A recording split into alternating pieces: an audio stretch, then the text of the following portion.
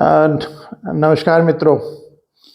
मन में एक बात आ रही थी, सोचा आपसे शेयर करनी चाहिए और मुझे लगा ये आज के संदर्भ में बहुत ही एक रेलेवेंट चीज़ है जो सबको समझनी चाहिए। इस विषय पे गंभीरतापूर्वक विचार करना चाहिए कि आखिर इस समस्या से निदान कैसे पाया जाए। अब आप देख रहे होंगे कि जैसे पिछले दिनों दिल्ली में बम ब्लास्ट हुए, ऐसी घटनाएं गाहे बगाहे बहुत हुआ करती थी पहले। अब उसकी फ्रीक्वेंसी शायद कुछ कम हुई है। उससे पहले वो गुजरात में मंदिर में बम ब्लास्ट हुआ, गोधरा में ट्रेन को जलाया गया, या और इस तरह की खबरें आती हैं। राजस्थान में वो जो एक टेलर था, उसका गला काट दिया गया। कई कारणों से कई लोगों को इस समय उनकी आइडेंटिटी छुपा करके उनको रहना पड़ रहा है। उन्होंने कुछ ऐसे बातें कर दी शायद जो कुछ एक विशेष समुदाय को, किसी वर्ग को पसंद नहीं है। उनको अपनी लाइफ छुप करके गुजारनी पड़ रही है। तो ये जो सारी चीज़ें हो रही हैं, इसका जो समाज पर प्रभाव पड़ रहा है, समाज में बहुत लोगों को दिक्कत भी हो रही है। इसके विषय में एक पॉइंट जो मेरे मन में आता है वो ये है कि जिन लोगों ने ये सब किया, चाहे बम ब्लास्ट हो, चाहे गोधरा ट्रेन का हो, चाहे वो गला काट दिया गया हो राजस्थान में, इसमें ये जो करने वाले लोग हैं और बड़ी इंटरेस्टिंग बात है, समझने वाली बात है, और इस पर गंभीरतापूर्वक विचार अवश्य कीजिएगा और सोचिएगा कि क्या करना चाहिए। इन सबके जो करने वाले जो लोग हैं, इन सबके जो पूर्वज हैं, 3 जनरेशन पहले, 4 जनरेशन पहले, 6 जनरेशन पहले, कोई इसमें चोपड़ा रहा होगा, कोई कपूर रहा होगा, कोई यादव रहा होगा, कोई कुर्मी रहा होगा, कोई शर्मा रहा होगा, भारद्वाज रहा होगा, ये सब रहे होंगे।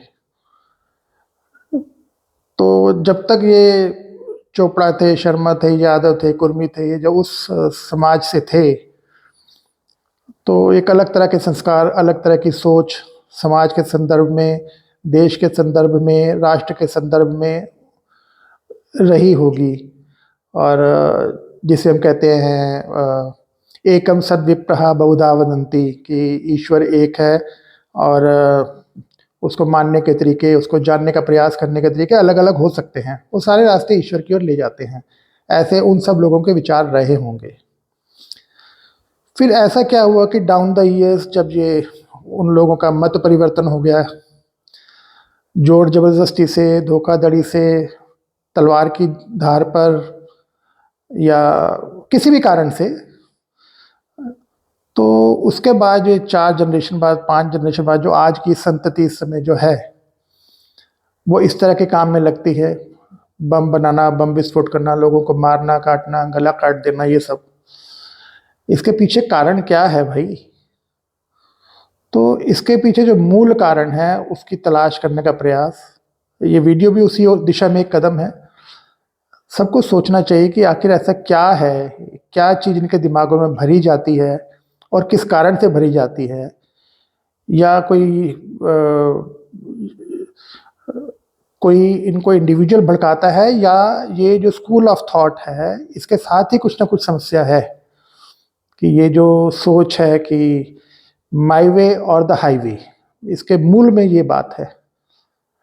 तो इस विषय पे क्या करना चाहिए, इस पर गंभीरतापूर्वक विचार होना चाहिए और उस पर टू द एक्सटेंट पॉसिबल अमल होना चाहिए।